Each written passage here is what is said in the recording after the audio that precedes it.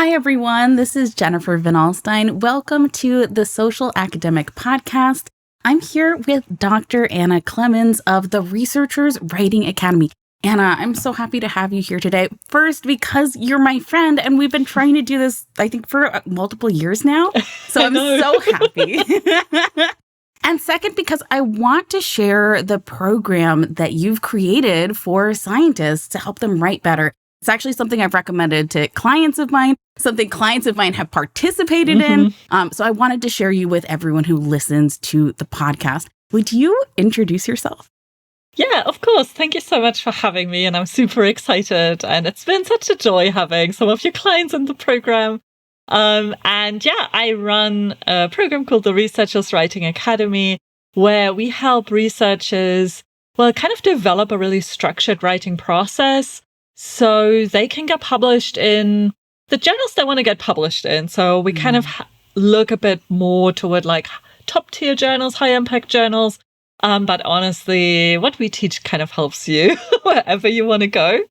And I have a background in chemistry. So my PhD is in chemistry, and I transitioned into writing after that. And so it's a really fun way to be able to combine kind of my scientific knowledge with writing and helping folks to get published and make that all really time efficient. Gosh, that's amazing. I think that I did not have a lot of writing support when I was in grad school. And I really felt like, even though I'm an excellent writer, like I'm a creative writer, like that's what I went to school for. You write poetry. I write poetry, and I think I'm a good academic writer, but I feel like I had to teach myself all of that. And it was a lot of correction after something was already submitted in order to bring it closer to what was actually publishable. I lost so much time by not knowing things. So I love that you created a program to support people who maybe aren't getting the training that they need to publish in those high impact journals. Yeah, because that's like so common. Like, honestly, I mean, who gets good academic writing training? That's really almost nobody. Like, I often see even people who do go do some kind of course, if their university offers some kind of course, they're often not really, I think, so focused on the things that I'm teaching, which is like a lot of storytelling and a lot like being efficient with your writing, like kind of the step by step. You kind of often learn just like academic English. How do I sound good? And I think, honestly, this is less important than knowing how to really tell a story in your paper and having that story be consistent and not losing time by all the like edits and rewrites, etc., that are so frustrating to do. You brought up storytelling, and I think that's really insightful. As a creative writer, story is so important to the words that we create and how people can connect with them. Why is storytelling important for researchers? Well, I think it's because we're all humans, right? So we just, as humans, really need storytelling to be able to access information in the best way and to connect to that information and to kind of put it into the kind of frameworks that we have already in our minds. Because I think this is what a lot of researchers really overestimate. It's like, your research is so incredibly specific, right? It's so much like that thing to you. It's all like when you're doing it, you're like, of course, you know every detail about it. And you just forget how little other people know, even if they're in the same field. Because we always think, oh no, everyone knows what I know. Also a bit this feeling of like, not quite realizing, like, I think it's also called like the expert's curse, I think. When you like are an expert in something and you don't realize how little other people know. And you kind of undervalue what you know. So anyway, so you kind of, if you really want your papers to be read, if you want to get published, you need to be able to make it accessible to like the journal editor, right? The peer reviewers, but also the readers later. They need to be able to understand the data in a way that makes sense to them. And I think this is where storytelling comes in. Also, it really helps with structuring the writing process. Like, honestly, if you think about storytelling first, the really nice side effect is your writing process will be a lot easier because you don't have to go back and edit quite so many times. Oh, that's fascinating. So not only does it improve how the research is being communicated, it improves the process of writing it too. I think so, yeah, because when you're clear on the story, everything is clear in your head from the start, and you don't need to kind of, I mean, when you write your paper for the first time, or even people who've written a few papers, they still sometimes start writing with the introduction. And it's such a waste of time. Like, they just start at the start, right? And then they end up like deleting all those paragraphs and all those words. When they actually have written so much that they then, after a while, understand the story that they want to tell. And instead, what I'm suggesting is, like, define the story first. And I like guide people through how to do that, because I think the problem is you don't really know how to do it when you don't have like a framework for it. You have kind of the framework there from the start. So you know what the story is, and you don't have to kind of figure out the story while you're writing. Instead, you know what the story is. And the way I'm teaching it, I'm like giving people prompts so that it's really easy to define the story, because also story is really elusive, I think. Or we use it in this elusive way often when we kind of use it as like a throwaway term. Oh yeah, you should tell a paper. You should tell a story in your paper. And you go like, yeah, I guess, but what does that mean? And I'm trying to like give a definition for that so that it's like really clear. Okay. No, like, I appreciate this that. This is what it means. I think so many people aren't sure what it means. And even if they think they know what it means, they don't necessarily know how it applies to their scientific writing. So that's really interesting. I want to talk about podcasts, but actually, since we're already talking about program stuff right now, I'm curious about the format of your program, because people who are listening to this may not be familiar with your work. And I want to make sure that they get to hear about all the cool things that they get if they join. Yeah, the Researchers Writing Academy is very comprehensive. Yeah. Sometimes I feel like it's almost hard to tell people about it because there's so much in there. So what people get is like, there's an online course. We call it the Journal Publication Formula. That's like the step-by-step system. Walks you through, online lessons that you can watch, super like short, digestible lessons that walk you through step by step. So you can just write your paper alongside the lessons. And then, because we notice that you really may want some help actually writing in your day-to-day work, right? Because we're also incredibly busy. And then it's just, helpful to have some kind of accountability, some community, and that's what we offer as well. So we do a lot of things around our accountability, and we have like co-writing sessions, for example, where we meet. We have 6 per week across time zones. I know. That's amazing. So like if you're anywhere in the world, there's a chance that one of those 6 times during the week will work for you. Yeah. Oh my gosh, that's so cool. Yeah, I mean, they should work. I mean, for Europe and the US, most of them will work. Or not most, but it depends where in the US you are, etc. Yeah. But even like a few in Australia, there's at least 1 per week that will work for you, depending. Yeah, and the others depending on how long you want to stay up. Right, exactly.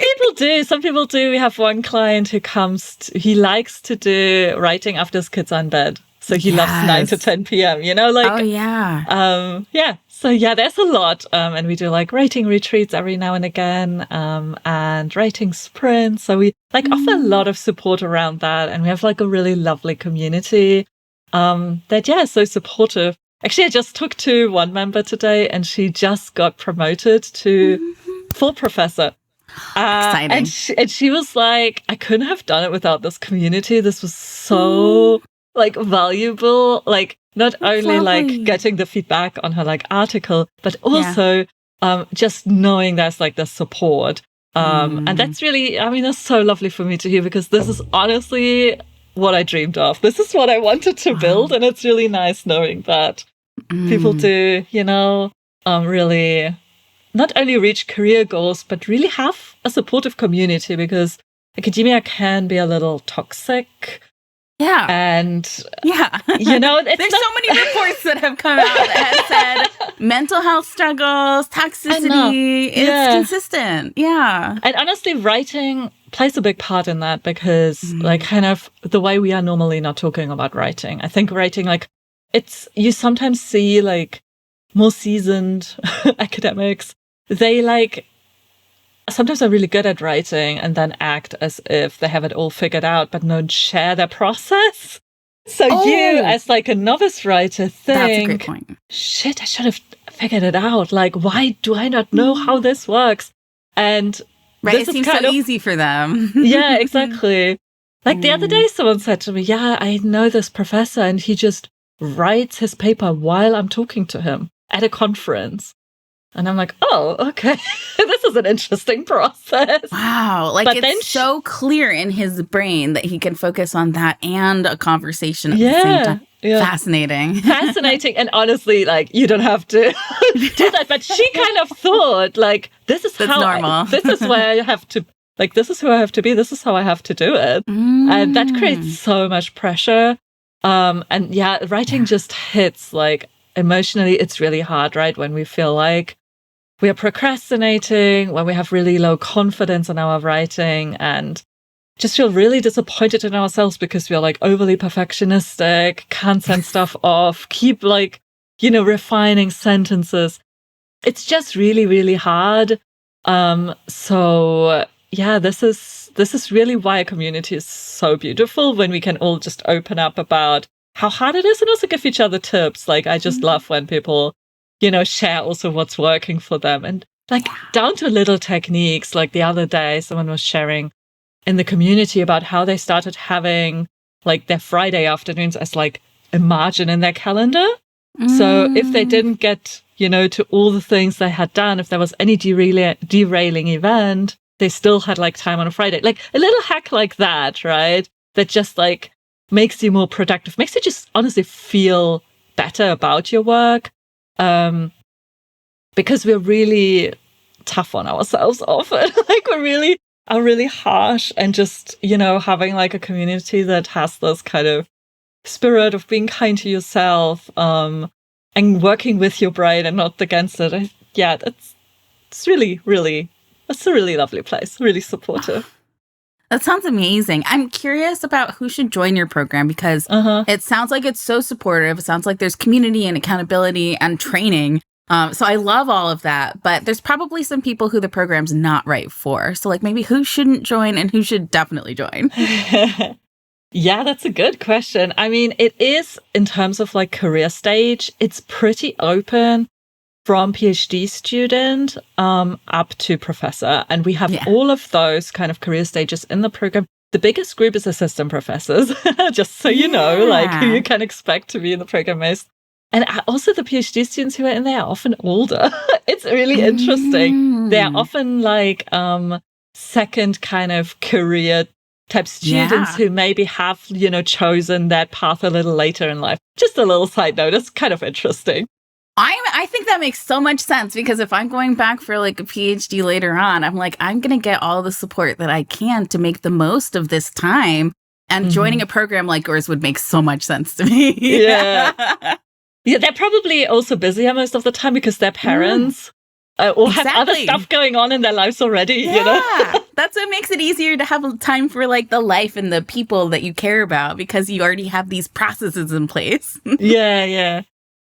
So as to who shouldn't join or who this wouldn't be a good fit for, well, we don't actually serve researchers in the humanities. So this is really science based. So social sciences included.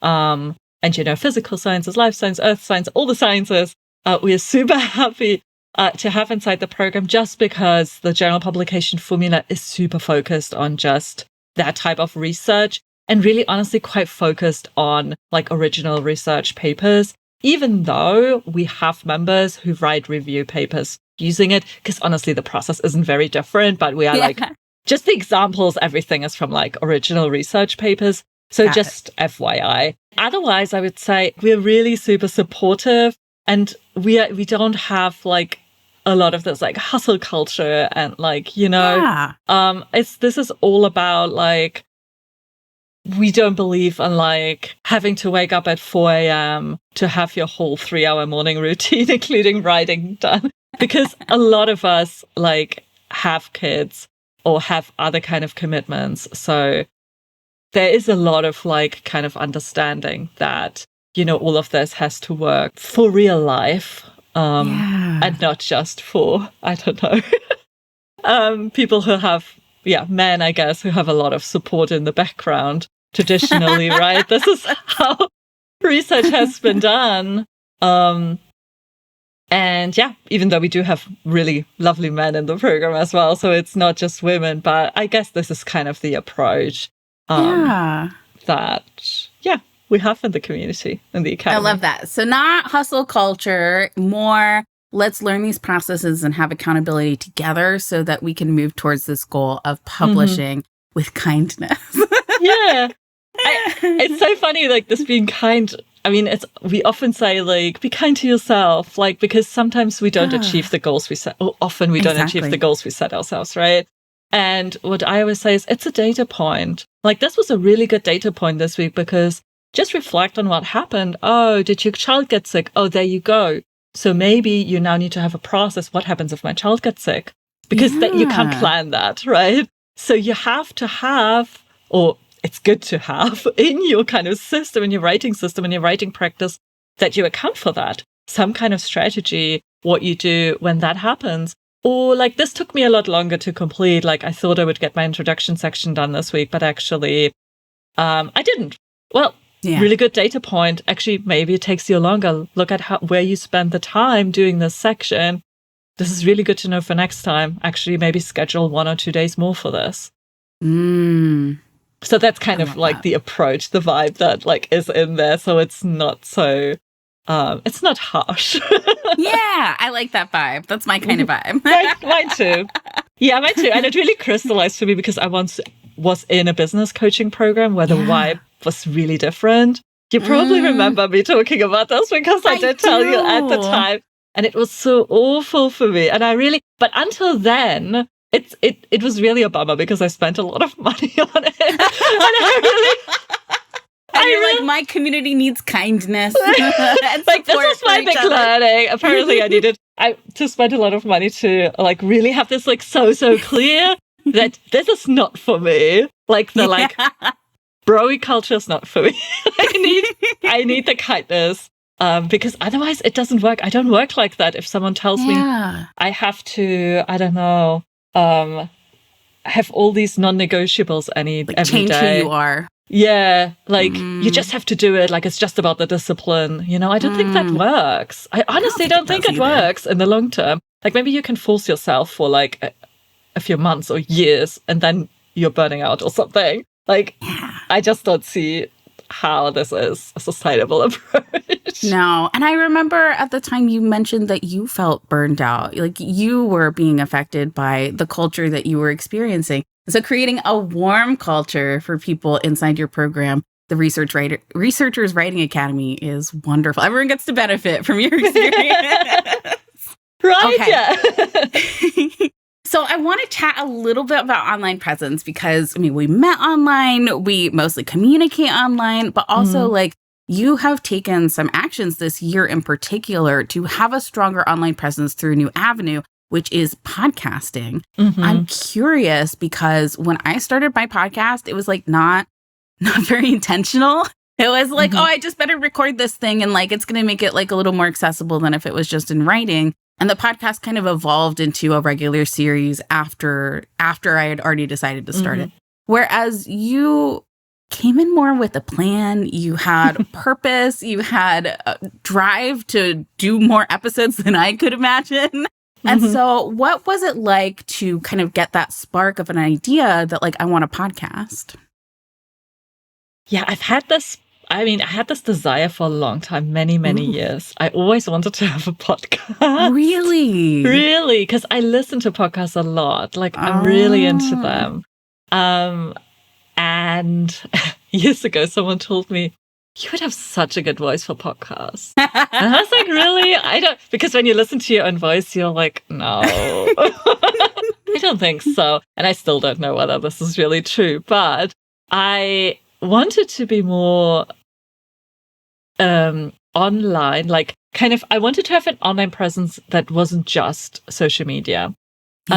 Because honestly, I have such a weird relationship to social media myself. Like, it does like cognitively do something to my brain that isn't always good, like hanging out there too much or getting sucked in, especially back on Twitter and now on Blue Sky. It's a little bit like that too. There's sometimes a lot of negativity. And I feel like people are too harsh. Coming back to the being too harsh, I just can't take it. Like, it's not for me. But also just the fact that there is just a lot going on there. So I wanted to be available to people somewhere else. And a podcast, and I did actually simultaneously like launch my podcast on YouTube as well. So it's like a video podcast.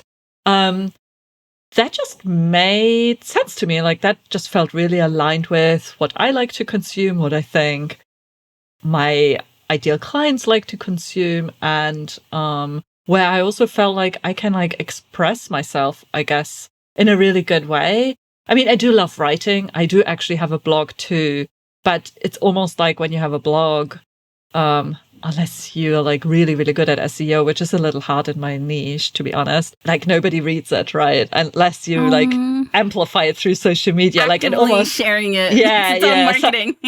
So it's still like social media connected, and I kind of wanted to have another avenue. Anyway, so talking also, I also like talking. So podcast made sense. That's amazing. When I started my podcast, it was kind of just like, going on Zoom and hitting record. What is your process like? Are there other people involved? What is the kind of behind the scenes for your podcast? Yeah, so I have solo episodes, and I also have episodes with former clients or current clients, actually, like members of the Researchers Writing Academy or alumni. And I also had one with one of my team members, our like kind of client experience manager, Yvonne, where we talked about community. And I also had you on, right, as a guest expert. I think you were the only guest expert actually we've had so far. I feel so special. That's amazing. So, the process, for interviews, I would think of questions ahead of time, and we, for example, then chatted about the questions. This is also what I did with Yvonne, just like have a quick chat. I think at both times it was like written like through Slack, just like, hey, does this make sense? Where do we want to go with this? Okay, maybe this should be a different discussion. Let's focus on that. And similar, actually, with the clients I interviewed, I would just send them a list of questions and be like, hey, you don't need to prepare anything, but if you want to, do, and then basically hop on and have a conversation, and it'd be quite like natural. And like this one where, like you don't necessarily have to follow a script. You just go where it takes you. For my solo episodes, it's a little bit different, where I do write an outline. And honestly, like what surprised me was this took a lot of time. Even when I knew what I wanted to say, and maybe this is me being too much of a perfectionist, because I would go back, so I'd write the outline, I would go back the next day or the day after, read it again and have more ideas. I'd be like, no, this should be like this. So it took me a lot of time, but then also I think it like the outlines got better and better and better. And then I was really, proud of the episodes. I was like, I really like expressed this, I think, in a good way. And because what I did afterwards then is I took this transcript from that episode and turned those into a into a blog post. Oh, perfect. And then the blog post, I'm like, they're really like meaty. There's so much in there. Like they're so much longer than my other blog posts that were just blog posts without podcast episodes. So that was really interesting to me. Just like, understanding, I guess, a little bit more about the process of writing or synthesizing ideas and concepts. And after the outline, I would, record on my own. I would record the episodes with that outline like in front of me. So kind of a bullet point outline. It sounds like your brain really likes the outlining process. And like when you come back the second time, you have ideas to like flesh it out and tell the story even better. That's really cool. Yeah, it was honestly really fun writing those outlines. Because recording sometimes, especially in the beginning, was a little more stressful than I expected. Oof. I was shockingly stressful because I'm on video a lot. Like, I thought it would be rather easy to record these podcast episodes. And I think it would have been pretty easy because if I just had done audio. But because I was also doing video, it felt a lot harder because it's really hard to read an outline and look in the camera at the same time. Oh, yeah. Like, really, really hard. And I also couldn't spend even more time like rehearsing the outline to the point where I didn't need to look at it anymore. Like, I didn't feel like that made sense. And I was really struggling with that. And I was just like being a little unhappy about it because when I talk, like when I'm on a lot of like calls, inside the academy, for example, or like interviews like this. And I find to me, it's now quite natural already to like look in the camera. Like I look at the camera a lot. Yeah. But when I have an outline, it's like you do look at it. It was so hard. And I actually, you helped me a lot with that. Because, because I was sharing this. That I was really unhappy with my recordings because I wasn't looking at the camera. And you said, well, look, so many people aren't even recording video for that exact reason. And you putting something out that is less perfect than you hoped will still be so useful to the people, watching it. Honestly, that doesn't matter. And then I was like, yeah, this is like perfectionism, right? I just wanted to have it perfect. And I had a different standard for myself. But I didn't need to be there. Like, I was just not there. And that is totally fine. Like, yeah, it just didn't need to be quite as polished as I thought maybe it should be. Yeah. And I think that we don't give ourselves enough grace for like our first things, right? Like the first episodes, like the first launch of something new. Like, we want it to be really great because it's new and because it represents us. But sometimes, like, we're just not there in terms of our own practice or our own skills. Like, something may need to build or improve for us to get to where we dream about being. And that's okay. I really didn't have those negative feelings when I started my podcast, but so many of my clients and so many of the people that I've met along the way have talked about the first maybe 5 or 6 episodes being just such a struggle. Looking at themselves on video, listening to themselves speak, doing the editing themselves, it brought up all of those feelings about like watching themselves and what it would be like for other people to watch them. But the truth is that like you are watching yourself in doing all of those things more than anyone else is. Like if someone else is watching it, they may not even listen to or watch the entire thing. And if they are, maybe they're doing something else, like cleaning up their room. If it's a podcast, it's not something that people will always sit there and like stare at your face and look at everything you did that was wrong. That's what we're doing. Yeah. Yeah, you're so right. For me, I this year I have Sir Nick, who does all of this kind of sound editing for me, and he's here in the virtual studio with us, making sound levels all good. And then my husband Matthew does the video editing, so I don't have to look at myself anymore or listen to myself. And it is so nice. It's, oh my goodness. Like, it's such a relief for me to like have those things off my plate. Do you have support on your team for podcast things, or is it just the people who are working on, the different kind of accountability coaching and things that are in the program? Yeah, I did have support. So I outsourced the editing, video and audio editing. Love that. I couldn't have done it myself, honestly. Like, not so much. I mean, it's just, it takes a lot of time. I think people often underestimate just how much time this takes.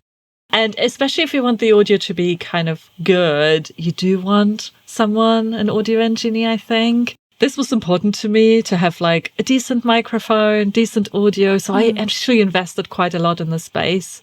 I started recording in my former office. I'm not in there now anymore, but it had really high ceilings. Oh. So I put all these sound panels up, these like boards, and I bought curtains that I now brought into this room as well, to like reduce the echo. And that was just worth it to me. But yeah, I did have support. And then I in-house, like on my team, my operations manager. She also helped me with a podcast. Like she would do a lot of like even reviewing episodes and like suggesting maybe further edits. So I didn't have to watch myself very much. Oh, that's great. She would also take out little like clips from the episode that we then put on social media, like as YouTube Shorts, for example. Yeah. And yeah, so it was a really, really smooth process there with a lot of support. Yeah, getting support was something that I didn't think that my podcast deserved in the beginning, but now I feel like my listeners do. My listeners deserve that. If I can keep doing it for them, I'm going to. So I'm glad we got to chat about that, because a lot of people are like, oh, I'm just going to, go on Zoom and record. And then maybe they're surprised when the editing process is a lot longer. But also, the first few episodes, if you're starting something new, like editing, like audio stuff, like even just being on video, it's going to be hard, and it might not be as good as you want it to be at first, but it's going to get better. It's going to get better. Sorry, go ahead. No. I just said so true. Well, I wanted to chat about kind of the social media landscape and how things have been changing since Elon took over Twitter. I know you are on Blue Sky now. I would love to hear a little bit about your experience of that platform. Yeah, I'm on Blue Sky now, and I'm not on X or Twitter anymore. I mean, I do still have the account, but I don't check it anymore. Some people are still finding me through there, though. That's kind of interesting. I see it like in my data, but I haven't logged in like months. Blue Sky is very similar to Twitter, honestly, in the sense of the type of conversations that are happening there. Yeah. But at least for me, there's a lot less engagement than there was. And I'm actually wondering whether a lot of academics gave up on social media after Twitter went downhill, because there was this like really great academic community on Twitter, through which I guess we met back in the day. And I don't see that happening on Blue Sky.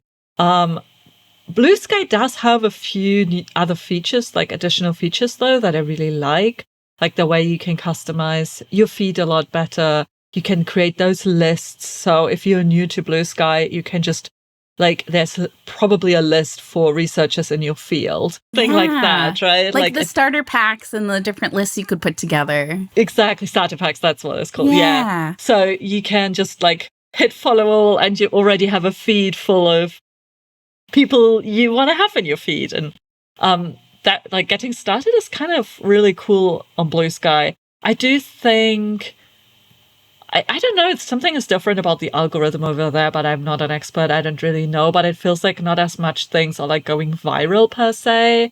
Yeah. But it's maybe a little more one-to-one. Yeah. Oh, that's really interesting. When I first joined Blue Sky, which was much later than everyone else, it was really just last month, I found that it was very quiet.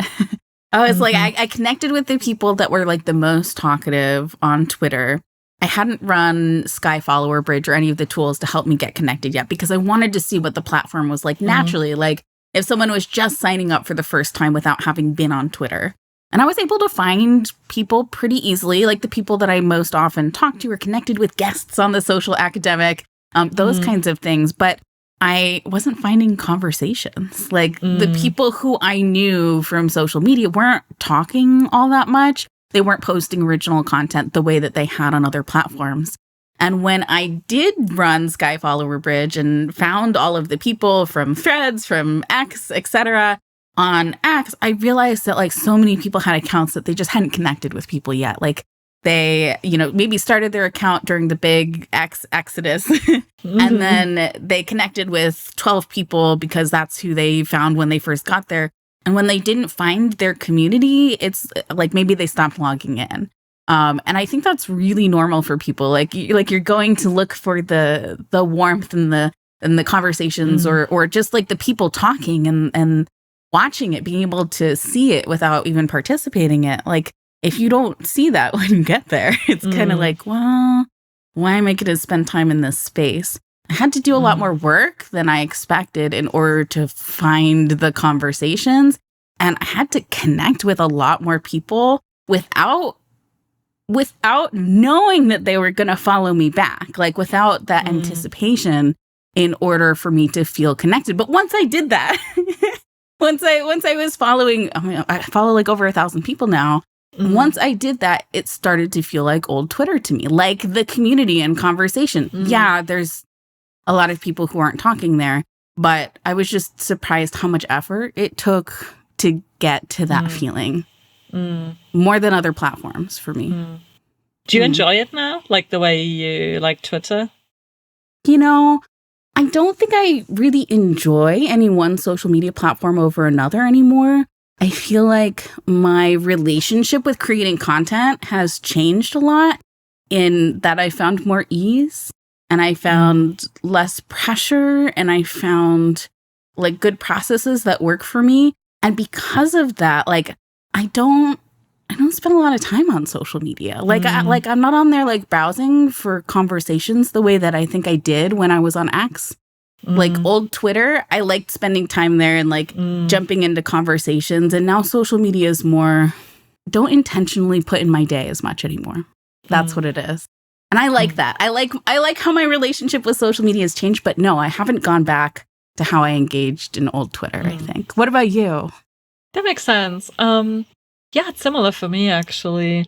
I have to say, go through phases with it. So I do like put out like content on several platforms like Threads, Blue Sky, and LinkedIn, and then like YouTube as shorts.